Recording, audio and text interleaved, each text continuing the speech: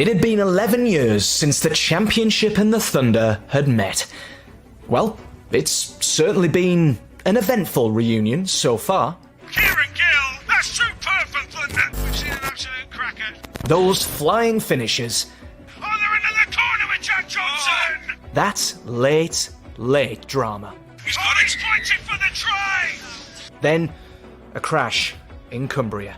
Wide of 29, Newcastle Thunder 20. But now it's back home after no W against the Ws. Back home to face the S's. S of Steel.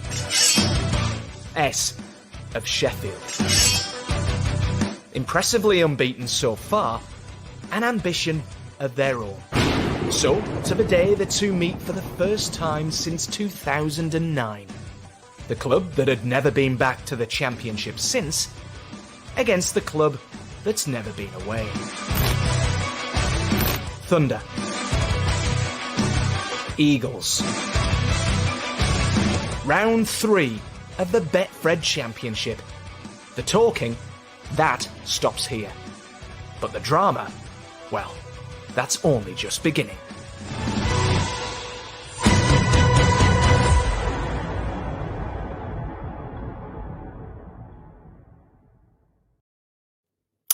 Okay, I reckon nothing over the next 15 minutes or so is going to be quite as dramatic as that, but we will we'll give it our best, definitely.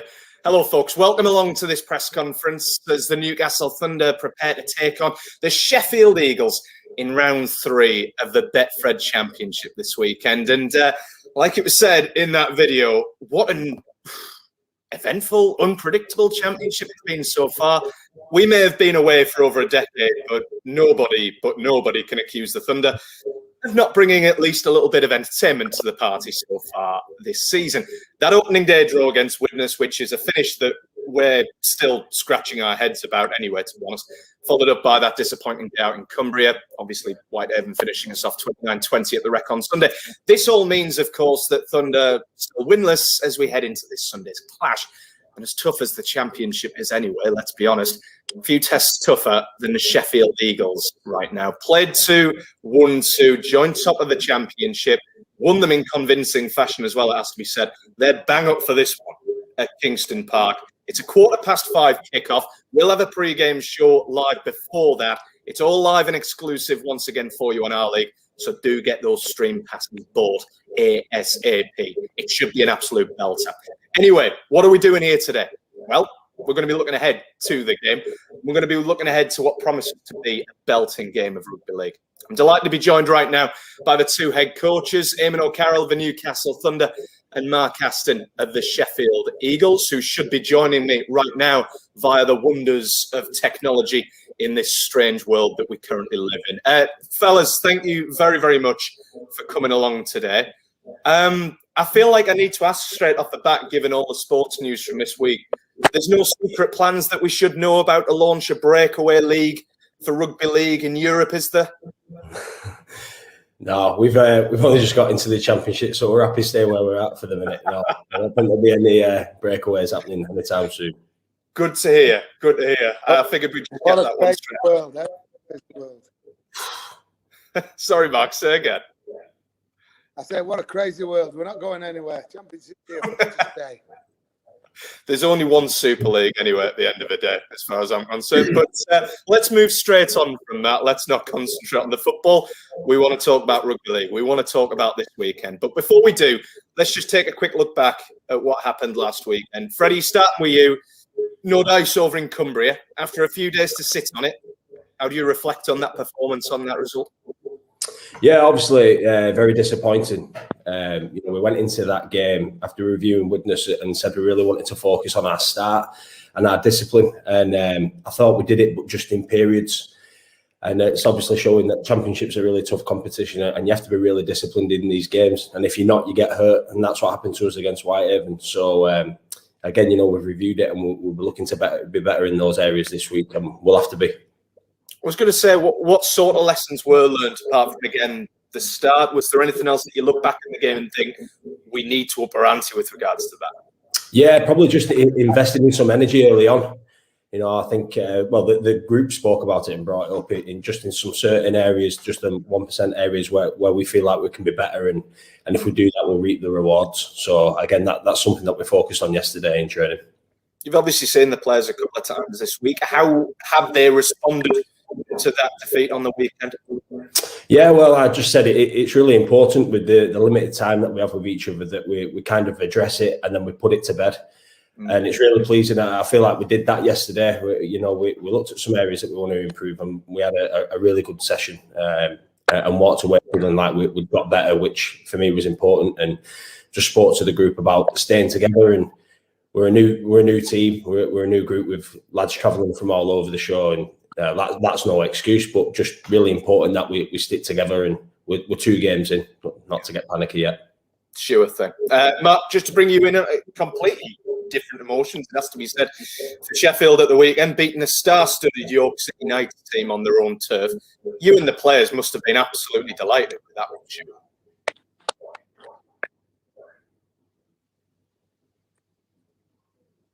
I think there's a bit of delay with that. Yeah, I mean, obviously, we set off the season quite strongly. The attitude from when they come back into training has been outstanding, and they're reaping the rewards at the moment. We're very difficult to break down, and we're working really hard for each other. And it's been shown on a couple of occasions in the games when people's chased back. Ryan Miller chased back last week and dragged down Kieran Dixon from the other side of the field. So, with plenty of energy, with plenty of,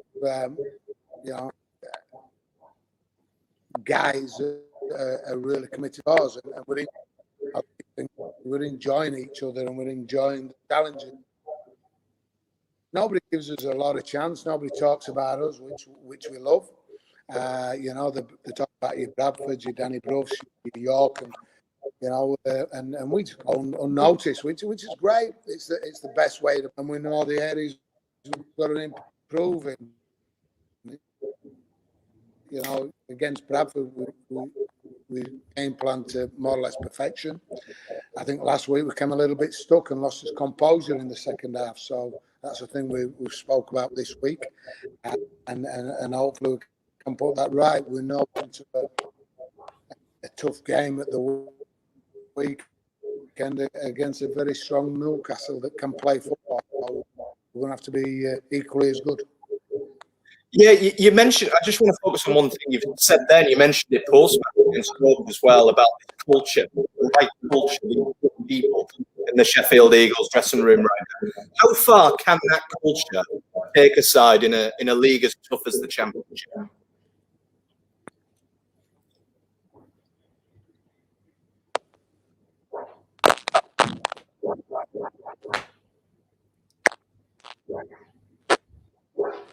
I think Mark's sorting out his neck and neck as we speak. We might have to come back to you on this one, Mark, I think. While you move your phone around the house. I don't know if we're going to get a tour of Mark Aston's property right now. We've got Homes Under the Hammer going on without Dion Dillon. Can you hear us now, Mark? Struggling a little bit, I think. Tell you what, Freddie, we'll come to you on this one. I'll mark the internet connection sorted out. Looking ahead to this, what different threat do this Eagles outfit offer, do you think, Freddie, compared to what we've faced already so far?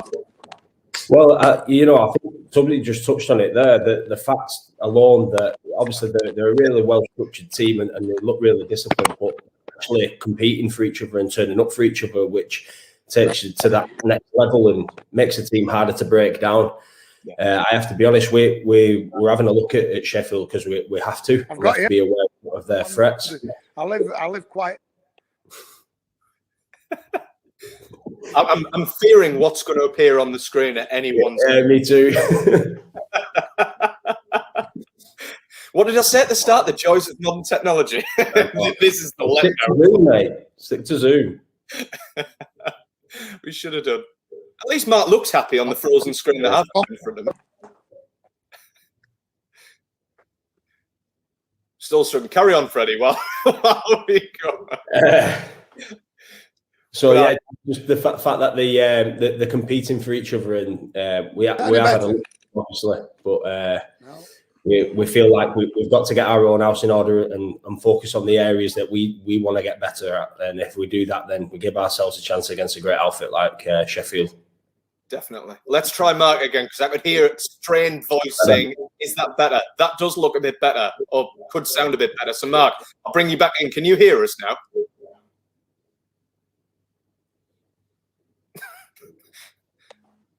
I don't know if you're in Sheffield or Tanzania, Mark, but there could be a bit of a time delay going on here. Otherwise, the internet connection is starting to really let us down. There we are. Can you hear us now? We're going to have to do a pre-recorded interview another time, I think, with Mark. No. Going back to you, Fred, like we pointed out before, we're not overreacting here. 2 games into the season. And, Thunder are obviously winless so far. A lot of supporters might look at that. How much can you turn that on its head, though, and use it as motivation for the players from a man management perspective?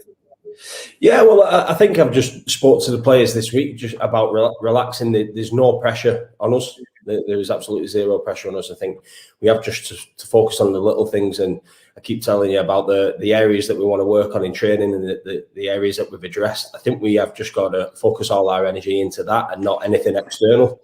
We're really lucky. We've got some experienced players in our team who've been around for a long time, and they know that there's no need to panic at the minute. And the big thing for us is we're aware before we even sit down and watch a review of where we've gone wrong and what we need to be better at. So I don't believe it's anything too structural. It's just probably investing some energy in certain areas early on and reaping the rewards for that. We just spoke about earlier. Yeah. Okay. Well, Mark's in his attic, just to keep updated on it's where I think it's his attic. I'm not sure anymore. It could be anywhere. Can you hear us now, Mark? I'm not sure.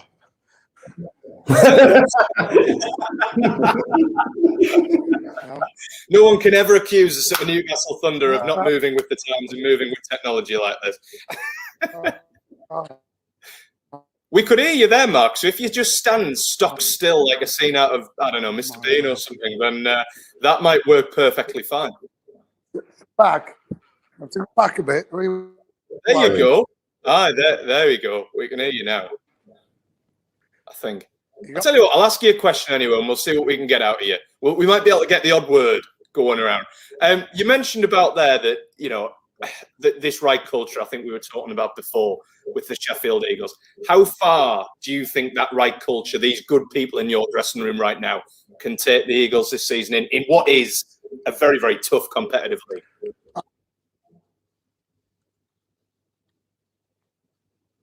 I say, without a shadow of doubt, it's a great competition, and week in, week out, you've got to be point, and you've got to do the little things. We're not looking where we can go. We're looking at this week, and that's the most important thing. We've had 12 months away from each other, so we're just looking week after week at the moment. I can only give the lads so much plaudits, and because of the work they did away from, and then obviously when you work as hard as you can achieve lots of things, and the work ethic of the group, their attitude to each other is first class. Is very important to us as coaches.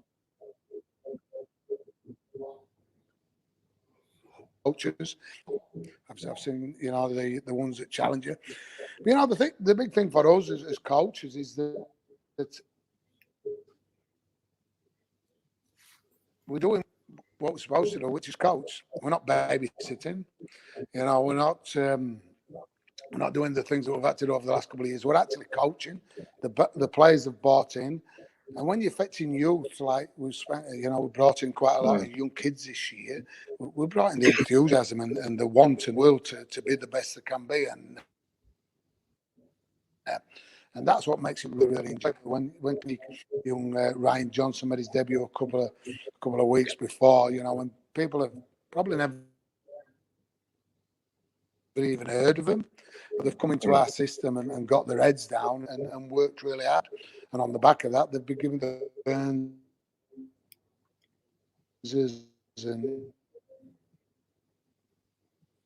and your Broadbents and 5 kgs this year, and I went, we've got some hard work to do here, and he's down to 113 kg and probably fighting, funny 4-year-old, he's 24-year-old, not 34. So the youth side of it is great. It keeps the guys on the toes are looking over the shoulders, because these kids are hungry. And then you've got to wrap the senior guys into these juniors are doing a fantastic job. You people like Rob Lawrence's, you people like your Jameses. So nice balance. We're not getting carried away with it. We know that week in, week out is in the consistency is what we're looking for. But now we know that if we don't turn up to the game on Sunday competition, that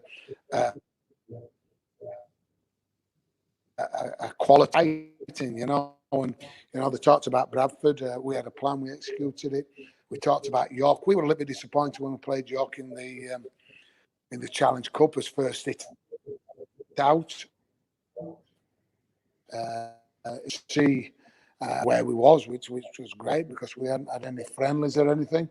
And we're letting 5 tries, and I've got to say is that 4 of them tries were down to individual error. So, they weren't breaking us down massively in the defensive systems that we use. So we got a lot of confidence out of that, and we knew that if we went to Blues, which we did, and again they scored 3 tries. 2 of them were after kicks, on kicks that we didn't handle, which is something that we've worked really hard on this week. At least. Yeah. Well, I tell you what, let's round things off looking ahead to this week, and Freddie, let's just round things off with you, because your internet connection is naturally a lot stronger. But we did pick up little bits there, Mark, which is fantastic. We're getting there slowly. Round it off for us, Freddie. We've got expansive styles on both sides on Sunday. We've got a fast track. Both sides used to playing on this surface. How much does that point to a high-scoring, expansive, exciting game of rugby league?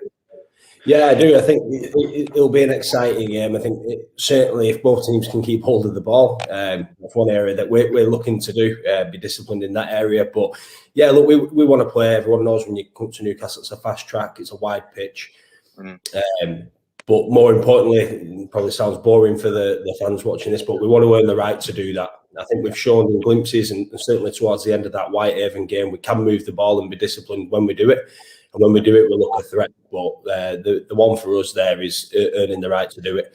And then on the flip side of that, being able to contain Sheffield when they do it, and us doing the right things when we're defending and owning the ruck and getting our spacing right and just being disciplined with our defence.